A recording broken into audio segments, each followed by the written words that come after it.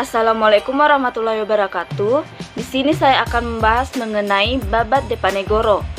Jadi, Babad Dipanegoro adalah naskah kuno yang berisi riwayat hidup dari Pangeran Dipanegoro, Pangeran Yogyakarta yang memimpin perlawanan terhadap Belanda dalam Perang Dipanegoro yang berlangsung dari tahun 1825 hingga 1830.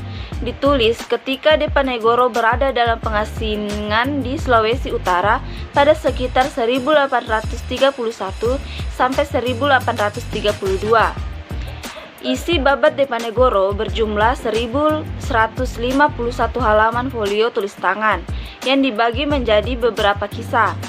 Dimulai dari runtuhnya sisa-sisa Majapahit pada 1527 hingga perjanjian Giyanti pada 1755.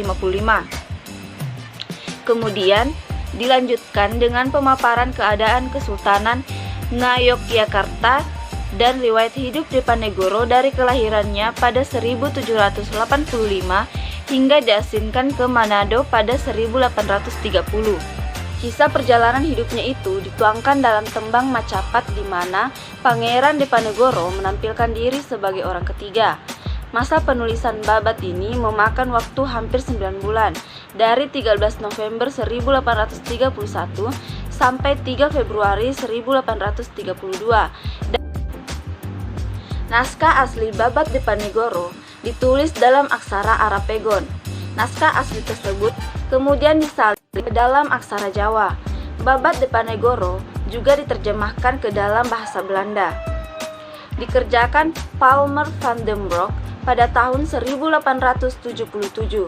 Terjemahan ini diberi judul The Java Orlog 1825 sampai 1830. The Java Orlog terdiri dari 6 jilid. Setiap jilidnya lebih dari 700 halaman, kecuali jilid 6 yang hanya 375 halaman. Penggarapannya memakan waktu 15 tahun. Jilid pertama terbit pada 1894, sedangkan jilid terakhir terbit pada tahun 1909.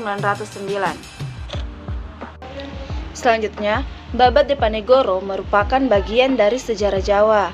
Sejarah Jawa ini sudah berlangsung ribuan tahun. Dipanegoro adalah tokoh sejarah Jawa abad ke-19. Ketika Pulau Jawa dikuasai Belanda dan Dipanegoro melawan Belanda sampai akhirnya tertangkap dengan cara licik. Babad Dipanegoro merupakan babad yang unik karena ada 3 hal. Yang pertama, babad ditulis sendiri oleh Dipanegoro. Yang kedua, babad tentang Dipanegoro. Dan 3, ditulis di lokasi yang jauh dari konteks budaya Jawa, yaitu di Manado.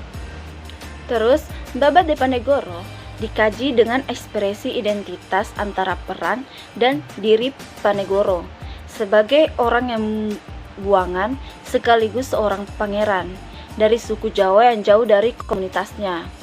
Terus, pada bait pertama dari isi ungkapan Dipanegoro yaitu berisi ungkapan perasaan Pangeran Dipanegara yang dituangkan ketika di Manado. Isinya berkaitan dengan ajaran untuk selalu berpegang teguh. Selanjutnya, Dipanegoro kemudian menceritakan tentang kerajaan Majapahit yang ada di Jawa. Kerajaan Majapahit memiliki raja yang tersohor bernama Brawijaya.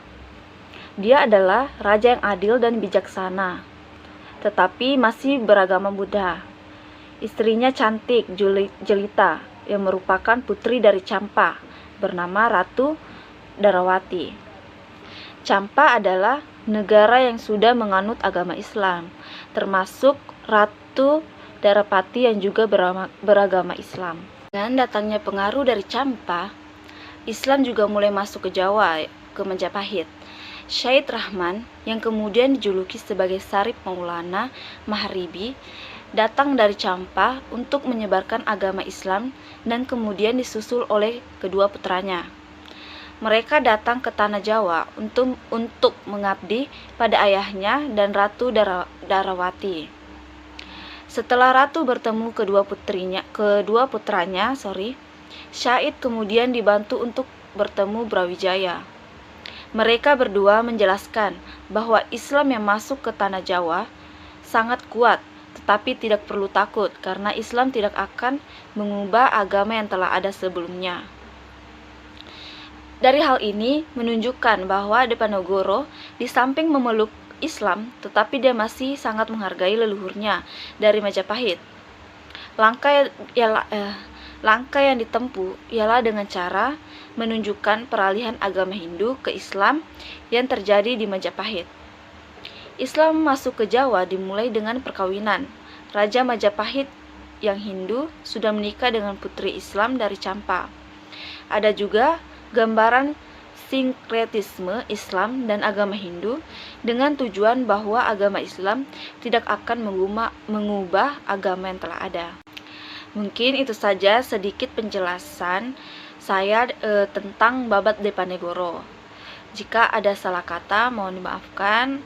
Assalamualaikum warahmatullahi wabarakatuh.